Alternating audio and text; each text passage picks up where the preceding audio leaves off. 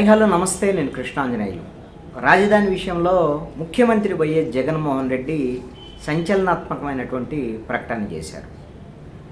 విశాఖపట్నం కేంద్రంగా విజన్ విశాఖ పేరుతో పెట్టుబడిదారుల సదస్సును నిర్వహిస్తుంది రాష్ట్ర ప్రభుత్వం. ఈ సందర్భంగా ముఖ్యమంత్రి వైఎస్ జగన్మోహన్ రెడ్డి మరొక్కసారి విశాఖే రాజధానిగా ఉంటుంది, ఎన్నికల తర్వాత విశాఖ నుంచే తాను పరిపాలన కొనసాగించబోతున్నాను అని ప్రకటన చేశారు.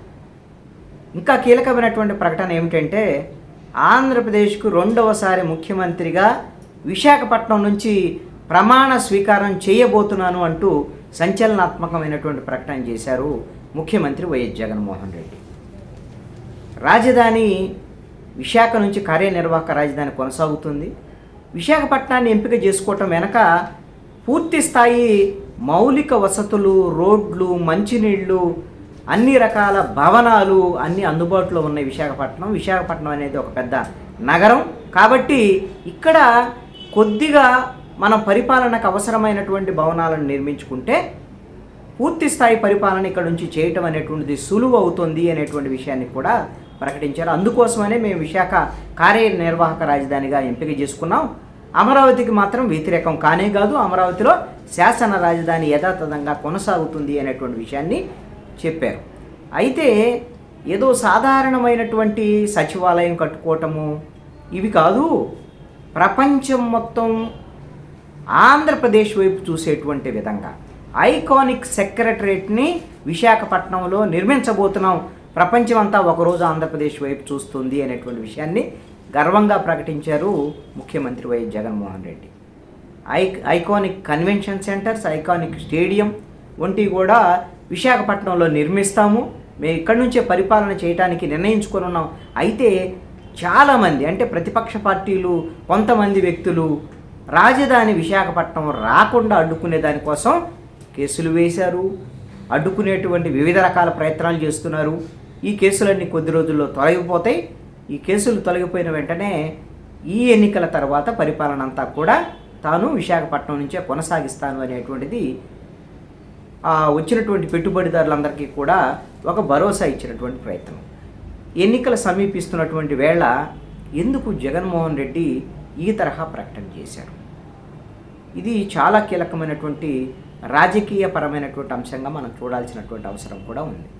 ఉత్తరాంధ్రకి రాజధాని తీసుకొస్తాము అనేటువంటి దాని మీద 2019 డిసెంబర్లో ముఖ్యమంత్రి వైఎస్ జగన్మోహన్ రెడ్డి 3 రాజధానుల ప్రకటన అసెంబ్లీలో చేశారు.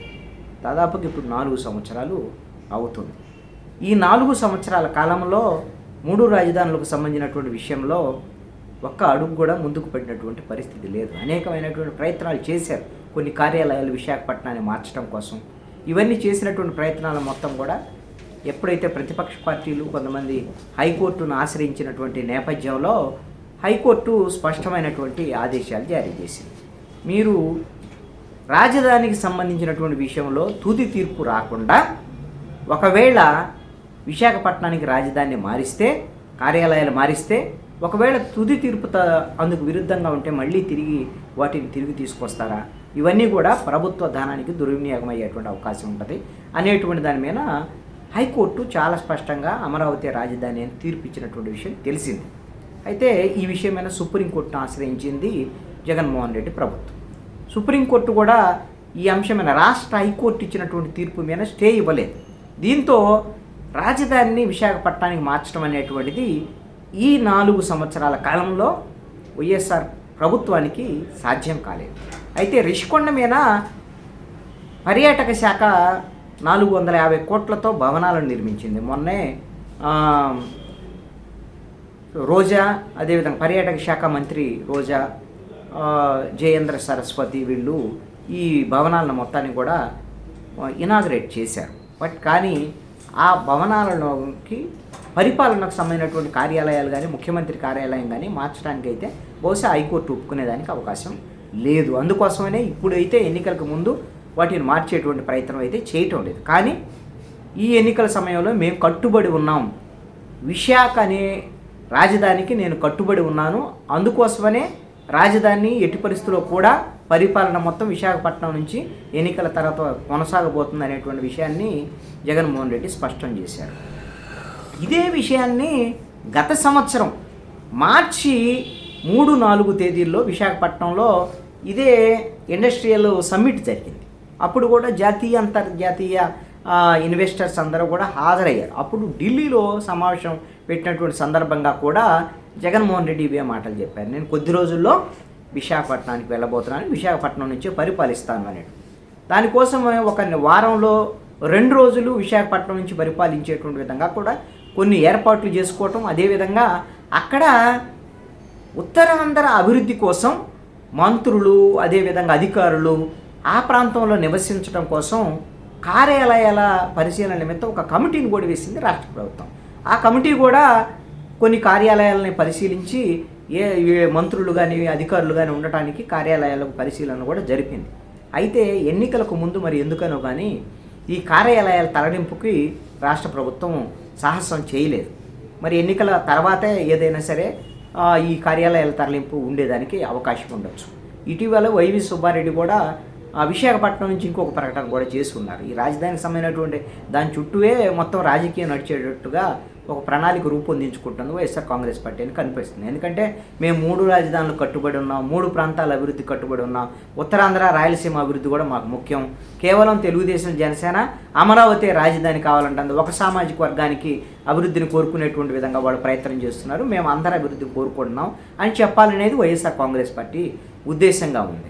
ఇప్పుడు ఎన్నికలు సమీపిస్తున్నటువంటి వేళ జగన్మోహన్ రెడ్డి కూడా అమరావతి రాజధానికి మేము వ్యతిరేకం కాదు, విశాఖలో మాత్రం పరిపాలన ఉంటుంది అనేటువంటి విషయాన్ని మళ్ళీ ఈ ఎన్నికల సమయంలో ప్రకటించడం అని అంటే ఇది ప్రధానమైనటువంటి ఎన్నికల ఎజెండాగా ముందుకు తీసుకొచ్చేటువంటి ప్రయత్నం అయితే చేస్తున్నారు. ఇటీవల వైవి సుబ్బారెడ్డి చేసినటువంటి ప్రకటన కూడా ఈ రాజధానికి సంబంధించినటువంటి అంశమే మరొక కోణంలో ఆయన ప్రకటన చేశారు. ఉమ్మడి రాజధానిగా హైదరాబాదుని మరో కొన్నాళ్ళ పాటు కొనసాగించాలనేటువంటి దాని మీద మేము అడుగుతాము అనేటువంటి దాని మీద మాట్లాడారు. అందుకు అనుగుణంగానే కృష్ణా జిల్లాకు సంబంధించినటువంటి ఒక ఎన్జిఓ ఆర్గనైజేషన్ సంబంధించినటువంటి ఒక వ్యక్తి రాష్ట్ర హైకోర్టులో కూడా పిల్ వేశారు. మరొక 10 ఏళ్ల పాటు ఉమ్మడి రాజధానిగా హైదరాబాదును కొనసాగించాలని. మరి హైకోర్టు మరి ఆ విధమైనటువంటి ఆదేశాలు జారీ చేస్తుందా లేదనేది చూడాలి. మరి ఇలాంటి పరిస్థితుల్లో ఈ విశాఖ రాజధాని నేను అక్కడి నుంచే ముఖ్యమంత్రిగా ప్రమాణ స్వీకారం చేస్తాను, విశాఖ విషయంలో ఉత్తరాంధ్ర అభివృద్ధి విషయంలో నేను కట్టుబడి ఉన్నాను అని జగన్మోహన్ రెడ్డి చేసినటువంటి ఈ ప్రకటనల మీద అధికార వైఎస్ఆర్ కాంగ్రెస్ పార్టీ యొక్క ఆలోచనల మీద ప్రతిపక్ష తెలుగుదేశము, జనసేన, బీజేపీ ఎలా రియాక్ట్ అవుతాయి ఏమిటి అనేటువంటిది చూడాల్సినటువంటి పరిస్థితి ఉంది.